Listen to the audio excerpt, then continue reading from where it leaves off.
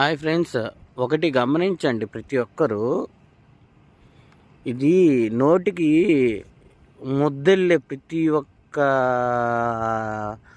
Person ఖచ్చితంగా ఆలోచించండి. నిజం బాగా గమనించండి. అది ఏ రంగంలో అయినా, ఎక్కడైనా ఫార్మింగ్ చేసేవాడు, ఏ ఏ ఫార్మింగ్ అయినా, వ్యవసాయం చేసేవాడు వాళ్ళు లేకపోతే బతకలేరంటారు. నీతి వాక్యాలు ప్రతి ఒక్కరు పెద్ద పెద్ద మాటలు మాట్లాడతారు. ఎందుకు? అవన్నీ పబ్లిసిటీ స్టంట్ తప్ప ఇంకోటి లేదు. మెయిన్ ఇక్కడ ఒకటి, ఇప్పుడు ఏ మెడిసిన్ అయినా అప్పటికి ఇప్పటికీ ఆ రోజుల్లో 10 సంవత్సరాల ముందు కానీ, అంతకు ముందు కానీ, ఎప్పుడైనా మెడిసిన్ రేట్లు పెరుగుతున్నాయి. దానికి ఫుడ్ రేట్లు పెరుగుతున్నాయి. ఒకప్పుడు 10 years బ్యాక్ వచ్చేసి మేము దీనికి ఆక్వాకల్చర్లో మేము ఫీడింగ్ ద కాస్ట్ వచ్చేసి 1900 ఉన్నిందండి. ఇప్పుడు 23 అయింది ఒక బ్యాగ్. దానంత వరస్ట్ సిచ్యువేషన్ చూడండి. అప్పటికి రేటు 190 అంతే. ఇప్పుడు 10 years తర్వాత రేటు ఇప్పుడు చూడండి 200. అంటే దీనికి మ్యాథ్ ఇచ్చేవాడు రేటు పెంచుకుంటాడు, దీనికి మెడిసిన్స్ రేటు పెంచుకుంటాడు. మరి ఫార్మింగ్ చేస్తున్నాం మేము అమ్ముకోవాలంటే మాత్రం మాది రేటు పెంచడానికి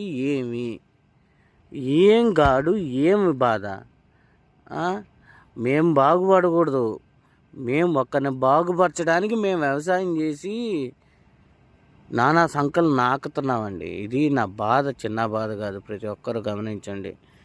ఒక పర్సన్ ఎంత సఫర్ అవుతున్నాడు తెలుసా?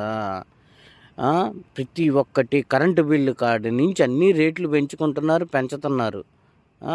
ఆ ట్యాక్స్ ఈ ట్యాక్స్ అనేసి. మినరల్స్ చూస్తే రేటు పెరిగాయి.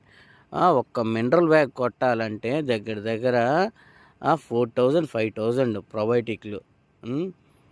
ఆ రోజుల్లో వచ్చేసి ఎంత 1000 రూపాయలు. అన్నీ ప్రతి ఒక్కటి అట్లాగే ఉండే మా దరిద్రం. కానీ నిజంగానే చెప్తున్నాను, అది గవర్నమెంట్ కానీ రియాక్ట్ కాకపోతే, కనీసం మినిమం కాస్ట్ పెట్టకపోతే ఎవరేం చేయలేరండి. మన ఇండియాలో మన నెల్లూరు జిల్లా ఫేమస్ అయినది ఆక్వాకల్చర్కి. అది పేరుకే. ఎవడు ఏ ఆక్వా ఫార్మర్ డెవలప్ కావట్లేదు. ఇంట్లో బంగారాల నుంచి అన్నీ బయట పెట్టి అప్పులు తెచ్చి కష్టపడి ఏదో విధంగా పిల్లల్ని సాకుకుంటున్నారు. ఎవడు బాగుపడట్లేదు. ఇదో ఎవరో బడా ఫార్మర్స్ తప్ప. వాళ్ళు ఏంది బ్లాక్ మనీ.